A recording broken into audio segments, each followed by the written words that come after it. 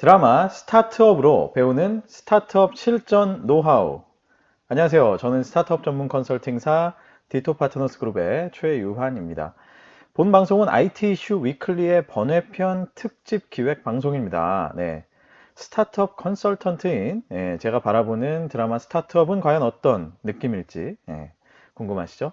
자, 드라마 속에 나오는 스타트업 용어와 그리고 경영 노하우, 그리고 또 저의 아주 생생한 그런 창업 경험담까지. 자, 그럼 지금부터 드라마 스타트업과 함께 스타트업의 실전 노하우를 배워보시죠.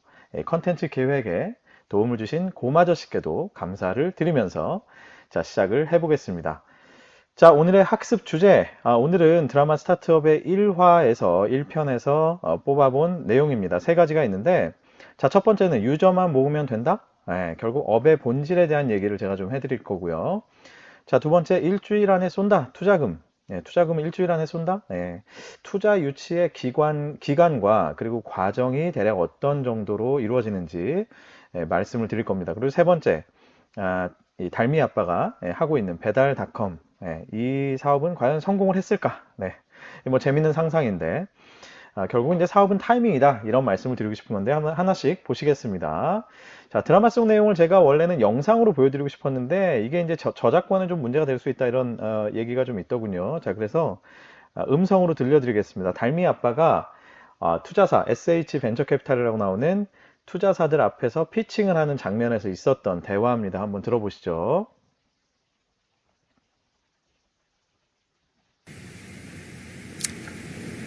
네. 이미 대표님들은 거의 다 태우셨을 텐데. 네. 이미 대표님들은 거의 다 태우셨을 텐데. 언제까지 유저 확보만 하실 겁니까? 전 아직 수익보다는 유저 확보가 먼저라고 생각합니다. 그럼 대표님이나 투자자나 한참 더 고생해야 된다는 뜻인데. 죄송합니다만 그 부분은 타협하고 싶지 않습니다. 당장 눈앞에 수익만 쫓다가 유저를 놓치는 경우를 많이 봤습니다. 네. 자, 수익보다는 유저 확보가 먼저라고 생각합니다. 라고 얘기를 했는데, 자, 유저만 모으면 된다? 자, 이거에 대해서 한번 얘기를 나눠보겠습니다. 결국 업의 본질을 우리가 잘 파악을 하고, 아주 초창기부터 그것에 대한 고민을 많이 해야 된다는 걸 제가 오늘 말씀을 드리고 싶은 겁니다. 첫 번째 주제가. 자, 스타트업은 무조건 돈 못 벌어도 된다? 약간 이런 인식들이 있죠, 사실. 저도 예전에 창업했을 때, 뭔가 뭐 그래도 될 것 같고, 그죠? 뭔가 멋있고 의미 있는 것만 하면 될 것 같다. 뭐 이런 생각들을 또 한 적도 있고, 또 그것 때문에 고생한 적도 있고, 그걸 통해서 많은 걸 깨달은 적도 있었는데, 자, 정말 중요한 것은 우리가 유저를 모으는 게 중요한 업인지, 아니면 당장이라도 바로 돈을 벌면서 돈이 돌고 도는 것이 중요한 사업 모델인지, 이 업의 본질에 대한 판단이 굉장히 중요하다. 이런 겁니다. 이런 부분들을 스타트업들이 생각보다 초반에 많이 놓칩니다. 그래서 그걸로 인해서 그 뒤에 있는 수많은 의사결정이나 또 투자 유치 과정에 있어서의 어떤 포커스를 전혀 맞추지 못하는 이런 일들이 많이 벌어지죠. 자, 물론 이런 얘기들 많이 합니다. 자, 네이버도 카카오도 뭐 처음에는 수익 모델이 불분명했어. 그들도 유저를 막 모으고 나니까, 자, 모으고 나니 그다음부터 할 게 많아졌어. 이렇게 얘기를 하시는 분들이 많죠. 맞습니다. 그거 맞는데 히스토리컬리 그렇게 성공해 온 거 맞죠. 네이버 카카오가.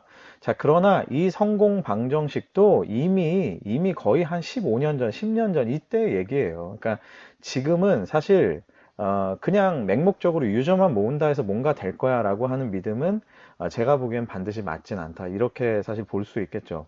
이렇게 판단할 수 있을 것 같습니다. 제가 노란색으로 써놨는데 인게이지먼트가 높고, 그쵸? 그리고 로열티가 뭔가 높은 특성이 있고, 서비스 특성상, 그리고 뭔가 재방문율이 굉장히 높아지고, 아니면 이게 유저의 트래픽의 측면이라면 또 다른 측면에서 뭔가 이거는 유저 트래픽은 많지 않더라도 거기서 쌓이는 컨텐츠의 가치가 굉장히 높은 뭐 이런 식의 서비스들. 그러니까 유저의 방문이 계속해서 시간이 갈수록 축적이 되고, 한번 들어온 사람은 계속 방문을 하면서 유저 베이스 자체가 아주 두터워질 수 있는 그런 서비스 특성을 가지고 있느냐, 아니면 또 유저가 아니더라도 컨텐츠 자체가 굉장히 충분하게 쌓이면서 이게 나중에 폭발력을 가질 수 있느냐, 이런 거에 따라서 사실은 판단이 될 수 있는데 이런 특성을 가진 사업이라면 업의 본질이 이렇다면 그러면 사실 당장의 돈보다는 예, 축적을 노려야 된다라고 보는 것이죠. 그게 바로 대부분의 포탈, 또 메신저, 또 SNS, 그죠? 이런 것들이 결국 유저가 쌓이거나 컨텐츠가 쌓이거나 하면서 점점 시간이 갈수록 폭발력을 가질 수밖에 없는 그런 사업이다. 이렇게 볼 수 있겠죠. 자, 그런데 반면에 DT라고 썼는데 Duration Time, 예, 머무르는 시간이 굉장히 짧고 예, 들어오는 유저들이 목적성이 아주 뚜렷하고 그리고 대부분 그냥 거래형 서비스, 어떤 내가 원하는 것들을 와서 돈을 내고 그 가치를 받으면 그냥 바로 떠나버리는 이런 식의 거래형 서비스다라고 하면 우리의 사업이 이런 식의 특성을 가지고 있다라고 하면 사실은 뭔가를 축적하는 것도 중요하지만 당장의 머니터리 밸류를 만들어내는 게 굉장히 중요하다 이렇게 볼 수 있겠죠. 뭐 쇼핑, 또 음악, 뭐 영상, 또 그 수많은 어떤 뱅킹 이런 서비스들이 다 여기에 해당이 되는 것들이겠죠. 그러니까 실제로 돈을 벌거나 아니면 돈이 막 돌거나 그런 식의 모델이 이루어져야 이런 그 사업의 특성을 갖고 있는 사업들은 장기적으로 잘 될 수 있다. 그러니까 결국은 무조건 스타트업은 아예 뭐 유저만 모으면 돼. 우리 회원 수만 많으면 돼. 이렇게 해서 되는 게 아니라는 거죠. 자, 그러면 실제로 유저만 모았는데도 돈을 못 벌어서 망한 사업이 있었을까요? 그게 바로 제가 마지막에 썼지만 비트뮤직이죠, 사실. 음악을 거의 공짜로, 그죠? 약간의 광고를 들으면 거의 공짜로 들을 수 있는 형태로 비트뮤직이 막 성장을 많이 했어요. 물론 이제 비트뮤직이 결국 이제 문을 닫게 된 데에는 뭐 한국에 있는 그런 어떤 저작권 체계 또 이 음저법과의 그 비용을 정산하는 부분 그것에 대한 어떤 법적 해석 뭐 이게 뭐 굉장히 복잡하게 엮여 있긴 해요. 그러니까 비트뮤직 자체는 아주 좋은 어떤 혁신을 시도했다라고 평가할 수 있지만 그러나 비트뮤직은 결과적으로 어떻습니까? 유저를 많이 모았지만 결론적으로는 돈을 못 벌어서 어쨌든 망한 거예요. 그렇죠? 돈을 계속해서 벌 수 있었다면 그 저작권료에 대한 부분들을 어떤 식으로든 지불하고 본인들이 그죠? 유저를 한쪽에서 계속 싸우면서 갈 수 있었겠죠. 그런데 음악을 듣는다라는 이 서비스 자체의 특성은 어떻습니까? 제가 말씀드린 대로 업의 본질 자체가 굉장히 뭔가 트랜잭션이 일어나는 거예요. 거래가 일어나는 거죠. 내가 돈을 주고 듣고 싶은 음악 듣고 다 들었으면 그냥 떠나고 이게 끝인 거예요. 사실 이게 비트뮤직이라 중요하고 멜론이라 중요하고 이런 건 아니죠, 사실은. 그렇기 때문에 비트뮤직은 자, 이런 관점에서 보자면 업의 본질에 살짝 좀 안 맞는 그런 플레이를 하다가 뭐 결국은 좀 이제 슬픈 엔딩이 된 게 아니냐 이렇게 볼 수 있겠죠. 자, 그리고 또 반대의 어떤 사례가 있습니다. 유저를 먼저 쌓고 컨텐츠를 먼저 쌓는 게 굉장히 중요한데 왜 처음부터 처음은 아니지만 초기에 돈을 벌려고 와락 덤볐을까 하는 것들이 바로 옛날 얘기긴 한데 다음 메일, 그쵸? 그리고 프리첼의 커뮤니티, 또 왓츠앱 메신저 이런 것들이 초반에 어느 정도 성공하기 시작하니까 바로 이제 유료화로 전환을 하면서 이게 유저들의 반발을 사고 서비스가 그냥 한 방에 이제 무너져 버리는. 그래서 다음 메일은 네이버에게 많은 걸 뺏겼고, 뭐 프리첼은 사실 다음 카페나 네이버 카페에 또 많은 거를 뺏기게 됐고요, 그렇죠? 왓츠앱은 결국 어떻습니까? 아마도 기억하는 분들이 계실 텐데 2009년, 2010년 이때만 해도 국내 유저들도 왓츠앱을 쓰는 게 약간 유행처럼 돼 있었어요. 근데 이게 이제 결국은 유료화라는 것들을 놓지 않으면서 카카오톡에게 모든 시장을 뺏기게 되는 그런 이제 상황이 됐었죠.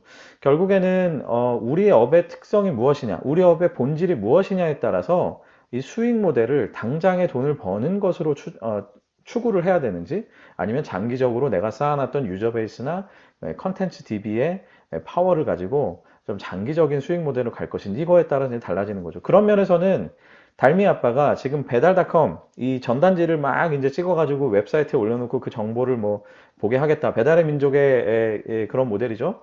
근데 그게 초기에는 어쨌든 정보를 흘리는 그런 식의 모델이었을 거예요. 그렇죠? 저 당시에는 뭐 결제가 일어나고 이런 건 아니었기 때문에. 그러니까 뭐 어쨌거나 일단은 유저를 모으겠습니다 하는 거는 뭐 이야기 스토리상 그렇게 뭐 틀린 판단은 아닌 것 같습니다. 그렇죠? 자, 두 번째 주제로 한번 넘어가 볼게요. 자, 일주일 안에 투자금을 쏜다. 이런 얘기인데 한번 들어보시죠. 사업 계속 진행하시죠. 다음 주 중으로 바로 쏘겠습니다.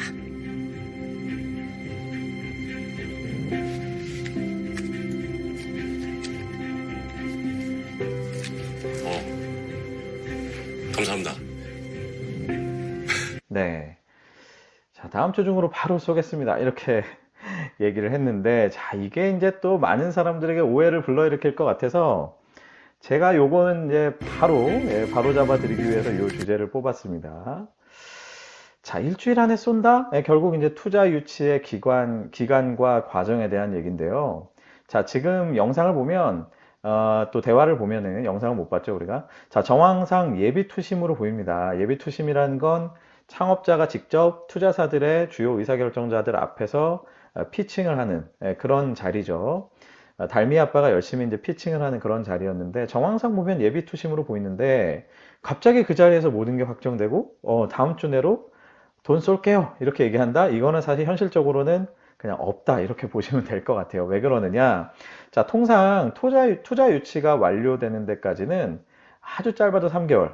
보통은 제 경험상 한 6개월. 그리고 심지어 한 1년까지도 걸립니다. 그게 왜 그러냐면 VC 한 군데가 스타트업 하나를 심사하는데 뭐 1년이 걸린다 이런 뜻이 아니에요. IR을 시작을 하다 보면 어떤 라운드를 열고 IR을 딱 시작을 하면 모든 VC들이 나를 만나기 위해서 동시에 짠 하고 커뮤니케이션을 시작하는 게 아닙니다. A라는 VC를 겨우 만나서 막 얘기하고 있다가 지지부진 되는 가운데 한 3달 뒤쯤에 뭐 B가 나타나서 갑자기 관심을 보여요. 그럼 또 B하고 뭐 한 서너 달 막 하다 보면 또 이게 약간 흐지부지 되든 뭐 약간 투자금이 내가 생각한 것보다 좀 적게 들어오든 하면 또 다른 투자자를 만나야 되죠. 그럼 또 그 다른 투자자를 만나면서 또 시간이 가요.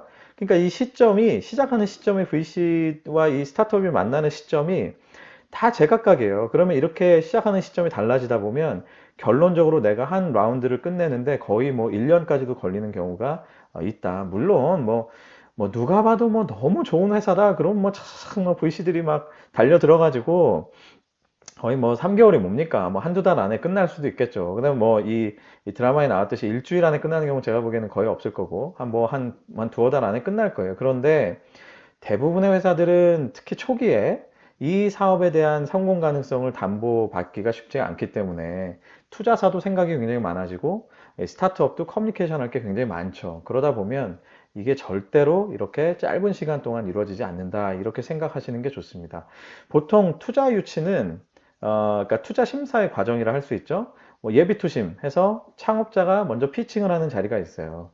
그리고 나면 이제 텀쉿을 주로 이제 주고 받습니다. 그래서 크게 봤을 때 우리 주요 투자의 계약의 요건들이 이러이러한 것들이 있는데요. 이거에 대해서 어떻게 생각하십니까? 서로 한번 조율을 하는 과정을 거쳐요.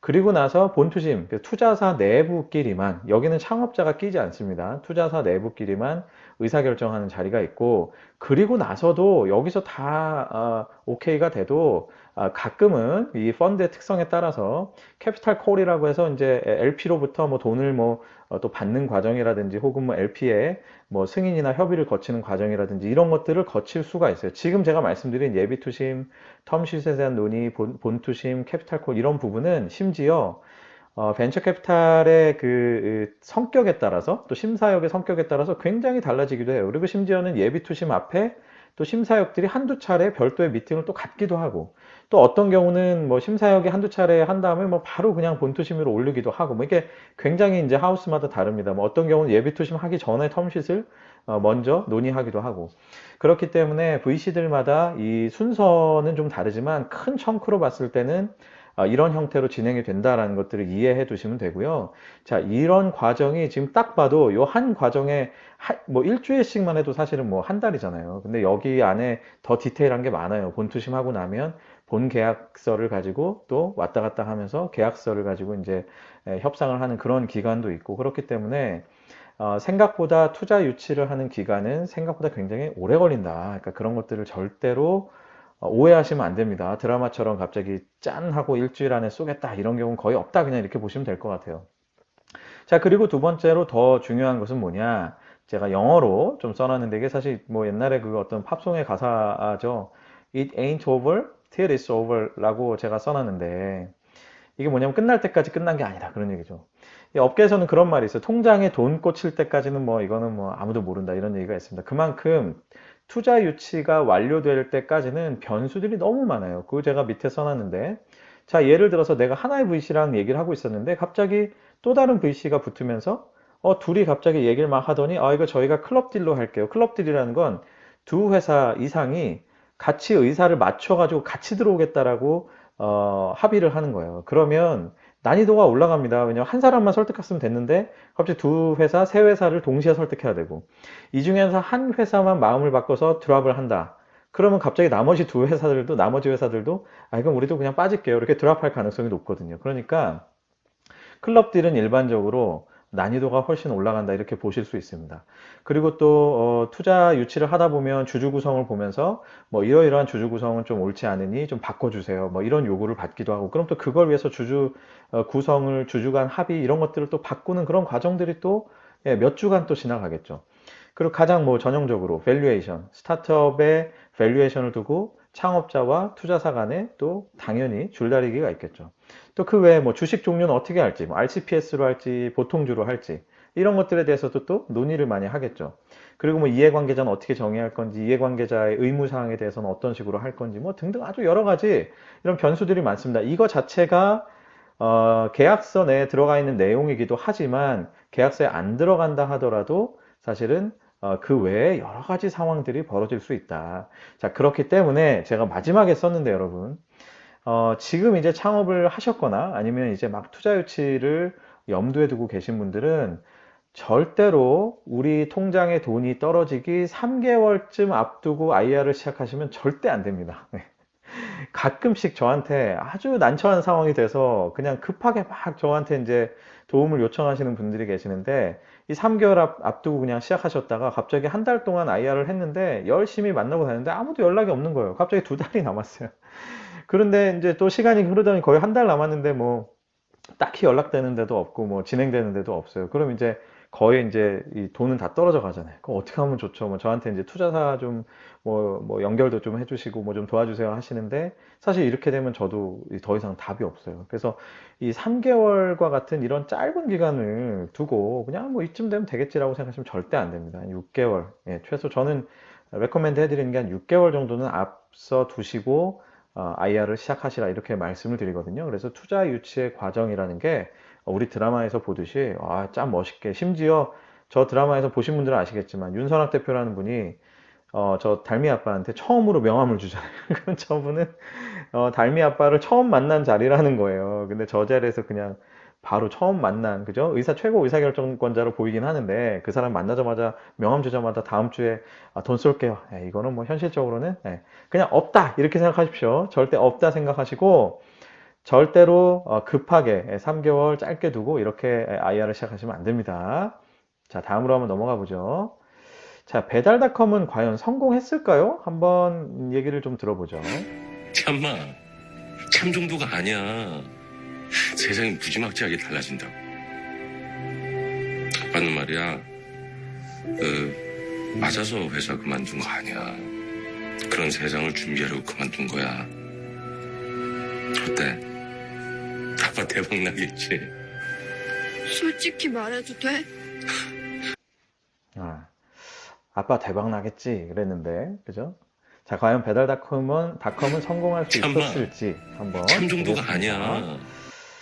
자, 이게 결국은 사업은 타이밍이다 뭐 이런 얘기를 제가 해드리고 싶은 거예요. 지금 앞에서 잠깐 볼까요? 앞에서 잠깐 보면 화면에 이 폰이 있는데 이게 애니콜 폴더 같아요. 느낌이 애니콜 폴더 폰의 출시가 2004년이었어요. 근데 이 배달닷컴이 아마도 배달의 민족을 의미하는 것 같습니다. 그러면 배달의 민족 우아한 형제들의 창업은 2010년이에요.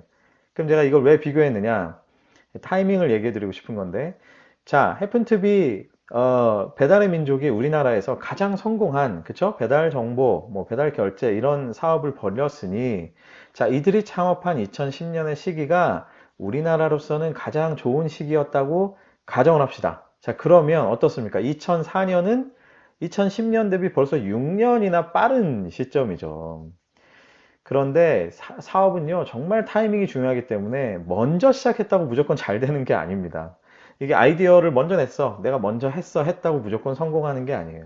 그럼 결국 달미 아빠는 이 6년의 갭을 버텼어야 됩니다. 그쵸? 배달의 민족이 창업했었던 그 시기가 가장 베스트였다고 가정하면 6년의 갭을 버텼어야 되는데 과연 버틸 수 있었을까? 저 집이 보면 특별히 돈이 많은 집도 아닌 것 같고, 그죠?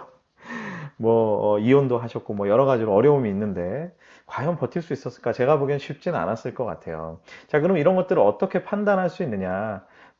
사업마다 너무 다릅니다. 너무 다르기 때문에 이거를 제가 어떤 한 가지로 이렇게 규정하기는 어렵지만 이런 거죠. 일단 유저가 우리 사업 모델에 대해서, 우리 서비스 모델에 대해서 얼마나 수용하느냐, 유저의 수용도, 이게 이제 굉장히 중요할 거고요. 근데 이 드라마에서는 배달닷컴은 유저 수는 계속 늘고 있다, 이런 식의 멘트가 나옵니다. 그러니까 이건 어느 정도 인기를 좀 끌고 있다고 가정할 수 있겠죠. 자, 그런데 이와 같이 배달 정보업, 배달을 서로 연결해주는 일종의 매치메이킹 업인데, 그런 업은 중요한 게 뭡니까? 인프라가 굉장히 중요하죠. 결제도 편하게 될 수 있는 인프라가 깔려 있었어야 되고, 또 음식점들의 포스와 이 배달닷컴이 잘 또 연동이 될 수 있는 그런 어떤 인프라가 있었어야 돼요. 그리고 또 배달 문화 자체가 굉장히 성장할 수 있었어야 되죠. 2004년 제가 정확히 기억은 안 나는데 분명한 건 지금만큼 집에서 이렇게 배달을 많이 시켜 먹는 그런 문화는 사실 아니었죠. 그러니까 결국 유저의 수용도, 인프라의 어떤 발달 정도, 배달 문화가 어느 정도 성장하고 있는지 이런 것들을, 내 외부적인 환경 변수들을 이렇게 보다 보면, 자, 지금이 타이밍인지 아닌지 이런 것들을 알 수 있을 것 같습니다. 물론 이건 우리가 신이 아니기 때문에 이걸 정확히 사실 안다는 건 불가능하긴 해요. 근데 이제 그래도 이제 이걸 결과적으로 보면 이런 것들을 우리가 잘 배우고 이런 사례들을 통해서 보면서 이게 타이밍이 언제일까 이런 것들을 잘 생각해 봐야 된다라는 것이죠. 이 달미와의 통화 내용을 앞에서 나왔던 그 대화 내용 그 전에 그 전 장면에 보면 야, 휴대폰으로 말이야 음악도 듣고 영상도 보고 하면 어떻게 되겠니, 대단한 세상이 오겠지 이런 얘기를 하거든요. 그런 통화를 보면 사실은 이 달미 아빠가 시대를 아주 앞선 사람으로 보입니다. 근데 이렇게 6년이나 앞서 있는 게 앞에서 말씀드린 대로 어떻게 보면 큰 도움이 안 될 수도 있어요. 그래서 이 반보 정도 살짝 앞서가는 게 오히려 성공 확률이 높은 것 같아요. 자, 예를 들어서 클래스 101, 클래스 10이 요즘 잘 되죠. 클래스 10 같은 사업이 2013년에 있었다면 어땠을까요? 잘 안 됐겠죠. 아마도. 그렇죠? 지금처럼 원격 강의나 영상을 통한 뭔가 사람들이 습득을 하거나 이런 것들이 그땐 그만큼 익숙하지는 않았단 말이에요. 2013년에는. 이제 막 모바일이 막 대중화가 많이 돼서 겨우 이제 영상도 보고 음악도 듣고 하는 정도였지, 이걸 가지고 내가 교육으로 본격적으로 활용하겠다 이런 정도까지는 아니었기 때문에. 그쵸? 왜 이 말씀을 드리느냐? 2013년에 제가 바로 그런 사업을 했었기 때문이죠.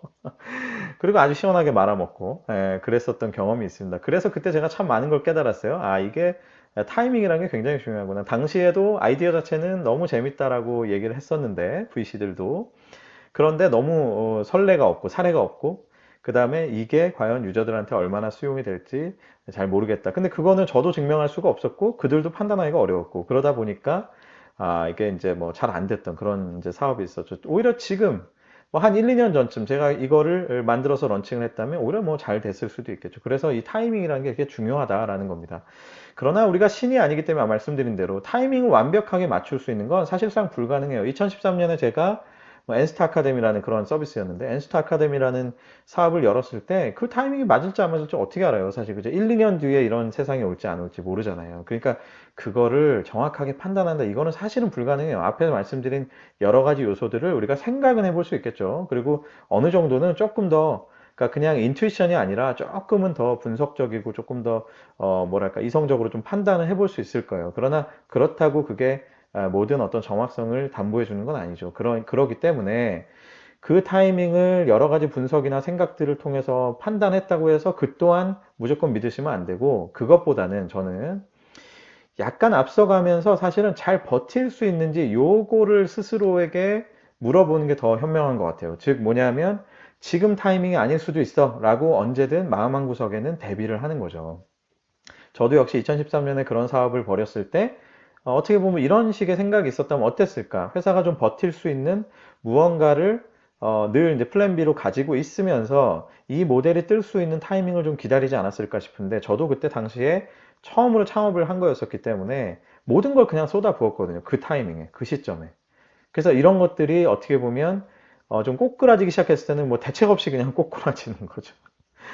그러니까 타이밍이 좀 애매하다. 특히 이제 주변에 막 IR 피칭도 해보고 하니까 다들 좀 그런 의견이 있다. 그러면 사실은 좀 받아들일 필요가 있어요. 그래서 이게 지금 타이밍이 아닌가? 그렇다면 내가 이게 타이밍이 올 때까지 좀 버티기 위해서는 플랜 B로서 뭘 해야 되지? 이런 식의 고민들을 좀 해볼 필요가 있다는 겁니다. 그냥 뭐 실질적인 얘기예요. 뭐 교과서적인 그런 멋있는 얘기는 아니고 정말 실질적으로 어떻게 하면 내가 버틸 수 있을지 이런 것들을 오히려 좀 마련해 보시는 게 굉장히 중요하다. 그런 말씀을 드리고 싶었습니다. 자, 오늘 강의는 여기까지입니다. 오늘 방송은 사실 이런 방송은 오히려 제가 늘 하는 IT 이슈 위클리와는 달리, 그죠? 그건 정보 전달이고 이건 좀 강의랑 비슷하죠. 네. 강의 스타일로 꾸준하게 한번 해보겠습니다. 다음 편을 기대해 주세요. 2화에서는 스타트업 2화에서는 또 어떤 재미있는 포인트가 있는지 또 전달해 드리도록 하겠습니다. 네, 지금까지 스타트업 전문 컨설팅사 디토파트너스 그룹의 최유환이었습니다. 감사합니다.